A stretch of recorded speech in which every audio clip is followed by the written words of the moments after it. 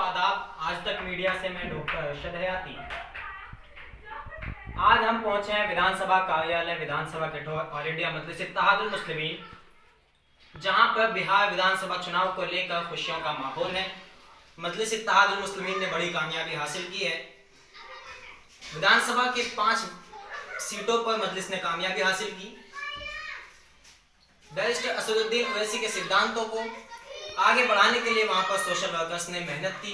उसका नतीजा आज ये है कि 5 सीटें मजलिस इत्तेहादुल मुस्लिमीन ने वहां से कामयाबी के साथ निकाली। इसी को जानने के लिए हम पहुंचे हैं विधानसभा कार्यालय। यहाँ पर लोगों का हुजूम, मिठाइयाँ बांटी जा रही हैं और जीत की मुबारकबाद दी जा रही है। तो हम जानना चाहेंगे विधानसभा अध्यक्ष गाजी असजद हयाती एडवोकेट से, जो विधानसभा अध्यक्ष हैं ऑल इंडिया मजलिस इत्तेहादुल मुस्लिमीन के विधानसभा कठौर से, तो वो पार्टी की इस जीत को किस नजरिए से देखना चाहते हैं और मजलिस को आगे बढ़ाने के लिए उनका क्या नजरिया रहेगा। अस्सलाम वालेकुम डॉक्टर अरशद हयाती साहब, मैं आपके चैनल से तमाम व्यूअर्स को और जनता को ये समझाना चाह रहा हूँ, ये बताना चाह रहा हूँ कि मजलिस इत्तेहादुल मुस्लिमीन ने जो कामयाबी, जो प्रदर्शन बिहार के अंदर किया है, इंशाअल्लाह वो धीरे धीरे हिंदुस्तान का हर कोने में पहुंचने वाली पार्टी बनेगी आने वाले वक्त में। क्या मैं जान सकता हूँ मजलिस इत्तेहादुल मुस्लिमीन बिहार के अलावा किसी दूसरे प्रदेश में भी इलेक्शन लड़ेगी? जी हाँ, अभी हम बिहार में इलेक्शन लड़े, उसमें हमें 5 सीटों पर कामयाबी मिली। आने वाले वक्त में यूपी हो, पश्चिम बंगाल हो, अदर स्टेट, जिस स्टेट में इलेक्शन आते रहेंगे, हम धीरे धीरे अपनी पार्टी को इसी तरह से मैदान में उतारते रहेंगे और इंशाल्लाह अच्छा प्रदर्शन करेंगे। हम आने वाले 2022 के इलेक्शन में यूपी में बहुत अच्छा प्रदर्शन करने जा रही है। पार्टी की नीतियां, पार्टी के आदेश अनुसार हमने रणनीतियां बनानी तैयार कर दी हैं और इसी दौरान अभी यूपी के अंदर क्षेत्र पंचायत त्रिस्तरीय चुनाव होंगे, जिनमें पार्टी के डायरेक्शन के अनुसार हर क्षेत्र में, हर वार्ड पर, हर जिला पंचायत वार्ड पर पार्टी अपने सिंबल पर कैंडिडेट लड़ाएगी इंशाल्लाह। तो मजलिस इत्तेहादुल मुस्लिमीन उत्तर प्रदेश में भी अब कदम जमाएगी और जिला पंचायत, क्षेत्र पंचायत और ग्राम पंचायत के इलेक्शन लड़ेगी। ये बताया गाजी असजद हयाती एडवोकेट ने। क्या मैं जान सकता हूँ कि मजलिस इत्तेहादुल मुस्लिमीन उत्तर प्रदेश में कितने दिन से काम कर रही है? वैसे तो मजलिस इत्तेहादुल मुस्लिमीन को लगभग 10 साल हो चुके हैं। ऑफिशियल अगर तौर पर हम बात करें तो जो पब्लिक का रुझान, जो पब्लिक की कनेक्टिविटी बनी है, लगभग पिछले 3-4 सालों से बनी है और आज अल्हम्दुलिल्लाह हमारे पास इतना बड़ा स्टैंड है, इतने बड़ा लोगों का समर्थन है कि आज हम अपने दम पर यूपी के अंदर इलेक्शन लड़ने के लिए तैयार हैं। क्या मजलिस इत्तेहादुल मुस्लिमीन जैसे बिहार में अलायंस के साथ इलेक्शन लड़ी, उत्तर प्रदेश में भी इलेक्शन लड़ेगी अलायंस के साथ? अलायंस की अगर बात है, गठबंधन के सिलसिले में अगर हम बात करें तो वो जो गठबंधन था सिर्फ और सिर्फ बिहार के लिए था। अभी यूपी के लिए कोई गठबंधन की ऐसी नीति नहीं रही है, ना है अभी तक। और आने वाले इलेक्शन के दौर में अगर कोई ऐसा मामला बनेगा तो गठबंधन करने से हम कोई दिक्कत वाली बात नहीं, गठबंधन करेंगे लेकिन पूरे नियम और कायदे के साथ करेंगे। अभी कोई गठबंधन की कोई ऐसी नीति नहीं है, क्योंकि ये सिर्फ गठबंधन जो था सिर्फ और सिर्फ बिहार के इलेक्शन के लिए था। आने वाले यूपी के चुनाव में जो नीतियां रहेंगी, जैसे असरात रहेंगे, उसी आधार पर हम निर्णय लेंगे। मजलिस इत्तेहादुल मुस्लिमीन बिहार में किंग मेकर की भूमिका में एक बार पहुंच चुकी थी, लेकिन वो बाद में जो परिणाम हुए, मजलिस इत्तेहादुल मुस्लिमीन किंग मेकर बनने से थोड़ा चूक गई, लेकिन प्रदर्शन बहुत शानदार रहा। और मजलिस इत्तेहादुल मुस्लिमीन के राष्ट्रीय अध्यक्ष बैरिस्टर असदुद्दीन ओवैसी ने भी कहा कि हम देश के कोने कोने में इलेक्शन लड़ेंगे, चाहे वो उड़ीसा हो, बंगाल हो, कहीं भी हो, हम सभी जगह इलेक्शन लड़ेंगे और इस चीज़ से फर्क नहीं पड़ता कि कौन जीत रहा है, कौन हार रहा है। क्या मैं जान सकता हूँ विधानसभा अध्यक्ष साहब के मजलिस जहाँ जाती है, कुछ लोग ये कहते हैं कि वहाँ बीजेपी जीत जाती है, मजलिस पर एक ठप्पा लगता है कि वो बीजेपी के एजेंट है? देखो, जीतने और हारने का मतलब अगर कोई लोग कह रहे हैं तो मैं उनकी बात का बिल्कुल कंटेस्ट करता हूं, क्योंकि जीतना और जिताने का काम हमारा नहीं है। हम कोई एनजीओ नहीं है, हम पॉलिटिकल पार्टी हैं। जितना अधिकार बीजेपी को है इलेक्शन लड़ने का, इतना ही अधिकार मजलिस इत्तेहादुल मुस्लिमीन भी रखती है, क्योंकि रही अगर जो लोग ये कहते हैं कि मजलिस के आने से बीजेपी जीत गई या आरजेडी को नुकसान हुआ या फला को नुकसान हुआ, मैं उनसे ये बात मैं सवाल आपके माध्यम से करना चाह रहा हूं कि मजलिस इत्तेहादुल मुस्लिमीन सिर्फ और सिर्फ 24 सीटों पर इलेक्शन लड़ी बिहार के अंदर, जबकि 243 सीट बिहार में हैं, 219 सीट पर मजलिस अपना दावेदारी नहीं किए थे। उसके बाद भी वहां पर आरजेडी या और जो महागठबंधन था उनका वो हार गए हैं। क्या उसके लिए भी हम जिम्मेदार हैं? अब तो ये तो यो वाला बात हो गई, किसी की भैंस ने दूध नहीं दिया तो मैं कहूँ इसी साहब जिम्मेदार है, मजलिस वाले जिम्मेदार है। इससे हमारा कोई लेना देना नहीं है, और कोई हारता है हार और जीतता है जीत, तो हमसे उस पर कोई फर्क नहीं पड़ता, क्योंकि हम पॉलिटिकल पार्टी है तो हम इलेक्शन लड़ेंगे, हर कोने कोने में जाकर लड़ेंगे। कोई जीतता हो जीतो, हारता हो हम अपनी दावेदारी करेंगे अपने लिए। तो आप लोगों ने सुना कि बीजेपी के एजेंट जो लोग कहते हैं उनके लिए ये जोरदार तमाचा है।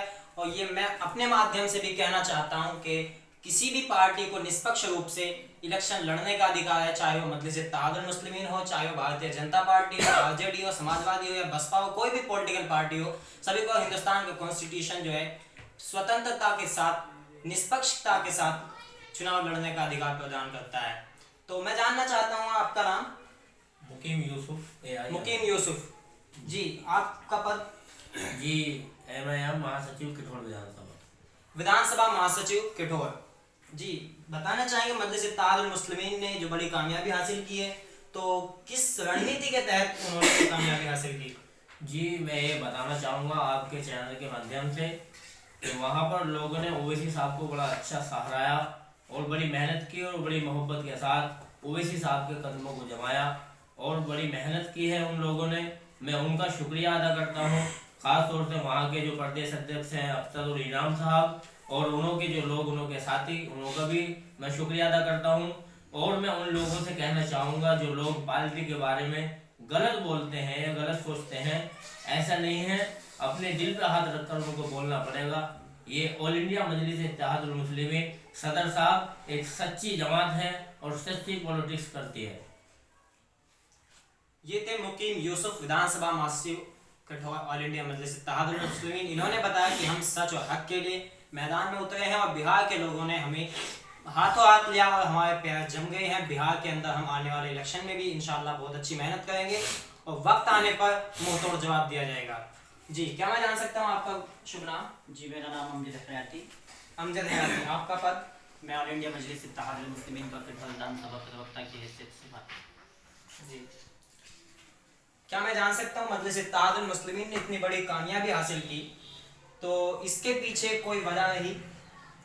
जी सबसे बड़ी वजह तो यह है कि जो ऑल इंडिया मजलिस इत्तेहादुल मुस्लिमीन के सदर जनाब बैरिस्टर असदुद्दीन ओवैसी हैं, वो पिछड़े लोगों की बात करते हैं, उनके हक की बात करते हैं और हिंदू मुस्लिम एकता की बात करते हैं। हालांकि उन पर यह ठप्पा लगा हुआ है कि वो मुसलमानों के नेता हैं, लेकिन कभी भी मेरे कायद ने अपनी ज़बान से ये नहीं कहा कि मैं मुसलमानों का नेता हूँ, बल्कि मेरा कायद हर दबे कुचले का नेता है।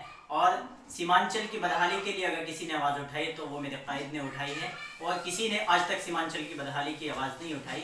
सबसे पहले इसके लिए ये देखना ज़रूरी होगा कि सीमांचल के अंदर जब हमारे बिहार के अंदर हमारी टीम पहली बार गई तो उस वक्त भी लोगों ने मोहब्बत के साथ इस्तकबाल किया और हमें कामयाबी दी। इस बार भी हमें बहादुरगंज और कोचा धामन, जो कि हाट, बैसी और अमर विधानसभा से हमारे 5 विधानसभा जीत कर आए, जबकि हम कुछ ही सीटों पर इलेक्शन लड़े और दूसरी पार्टियां बड़ी बड़ी उस पर इलेक्शन लड़ी हैं। जैसा कि चिराग पासवान बहुत सारी सीटों पर इलेक्शन लड़े, तकरीबन 125 सीटों पर लड़े और एक ही सीट उनके खाते में आई। ये इसका सच्चा सबूत है कि हम लोगों के दिलों पर राज करते हैं। मेरा कायद सच बोलता है, लोगों के हक की बात करता है, इसीलिए लोगों ने इतनी मोहब्बत से नवाजा। हम उसके लिए बिहार के लोगों का, खासतौर से सीमांचल और तमाम भारत के लोगों का दिल की गहराइयों से शुक्रिया अदा करते हैं। ये थे अमजद हयाती। इन्होंने बताया कि मजलिस इत्तेहादुल मुस्लिमीन गरीबों, दलितों और पिछड़ों के हक की राजनीति करती है और इन्होंने ये भी बताया कि बैरिस्टर असदुद्दीन ओवैसी किसी एक खास समुदाय के लिए राजनीति नहीं करते और उन्होंने कभी किसी धर्म के लिए आपत्तिजनक टिप्पणी नहीं की। उन्होंने ये भी कहा कि मजलिस इत्तेहादुल मुस्लिमीन के राष्ट्रीय अध्यक्ष जनाब बैरिस्टर असदुद्दीन ओवैसी साहब मुसलमानों का लीडर नहीं बनना चाहते, वो सभी का लीडर बनना चाहते हैं। जी, आपका शुभ नाम? हम्माद आजम। हम्माद आजम। आपका पद? किठौर विधानसभा संयुक्त सचिव। विधानसभा संयुक्त सचिव कठोर जी, क्या मैं जान सकता हूँ मजलिस इत्तेहादुल मुस्लिमीन पूरे देश में क्या जमाने की कोशिश कर रही है? क्या मजलिस इत्तेहादुल मुस्लिमीन उत्तर प्रदेश के इलेक्शन में कैसा प्रदर्शन कर पाएगी?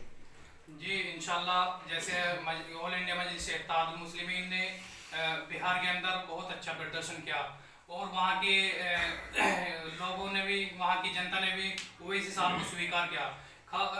इसी तरह से ऑल इंडिया मजलिस इत्तेहादुल मुस्लिमीन उत्तर प्रदेश के अंदर इंशाल्लाह कामयाबी हासिल करेगी। जनाब बैरिस्टर असदुद्दीन ओवैसी साहब किसी मुस्लिम समुदाय के लीडर नहीं है। ये उन पे इल्ज़ाम बिल्कुल गलत है कि वो सिर्फ मुस्लिमों के लिए करते हैं। वो मुस्लिमों के लिए नहीं करते, बल्कि वे सभी दलित और हिंदू मुस्लिम सभी के लिए करते हैं वो। और इंशाल्लाह मजलिस इत्तेहादुल मुस्लिमीन उत्तर प्रदेश में भी अपनी कामयाबी को मजबूती के साथ करेगी। ये थे अम्मार आजम, इन्होंने बताया मजलिस किसी एक समुदाय की पार्टी नहीं है और उत्तर प्रदेश में भी मजबूती के साथ इलेक्शन लड़ा जाएगा। जी मोहम्मद आबिद जी, आप कार्यकर्ता कुछ कहना चाहेंगे? चलिए है जी, आपका शुभ नाम? मोहम्मद आदिल, आपका पद? ब्लॉक अध्यक्ष खलखोदा जी, क्या बताना चाहेंगे मजलिस इत्तेहादुल मुस्लिमीन की जीतने की कोई खास वजह? जीतने की खास वजह तो यही है कि हमारी पार्टी सच्चाई के साथ है और दबे कुचले पिछड़ों की आवाज़ बुलंद करती है, आवाज़ उठाती है। संसद से लेकर जो आवाज़ सड़कों तक आती है वो इंटरनेशनल आवाज़ बनकर जो है उभरती है। बहुत अच्छा काम करती है पार्टी और बिहार के अंदर जो है हमने इलेक्शन लड़ा, वहाँ कामयाबी हासिल की है। उसमें बिहार के लोगों का शुक्रिया अदा करना चाहते हैं जिन्होंने बैरिस्टर असदुद्दीन ओवैसी के कंधे से कंधा मिलाकर साथ दिया। जी, आपका शुभ नाम? रहमत अली, रहमत अली, आपका पद?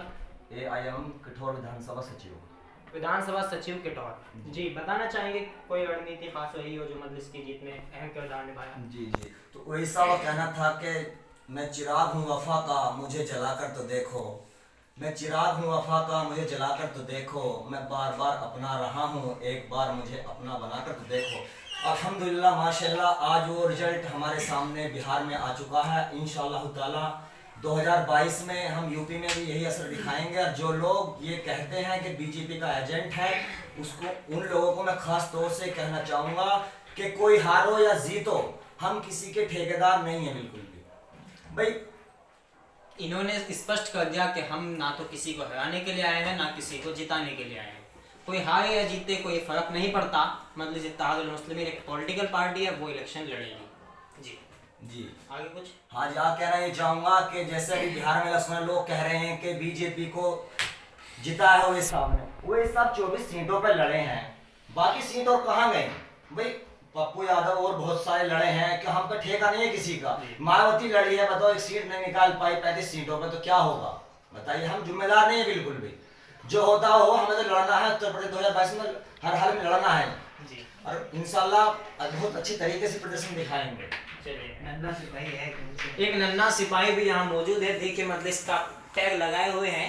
हम जानना चाहते हैं आपका शुभ नाम? मोहम्मद फैसल जी, क्या कहना चाहते हैं मजलिस से किस प्रकार मोहब्बत है आपको? बहुत ज़्यादा।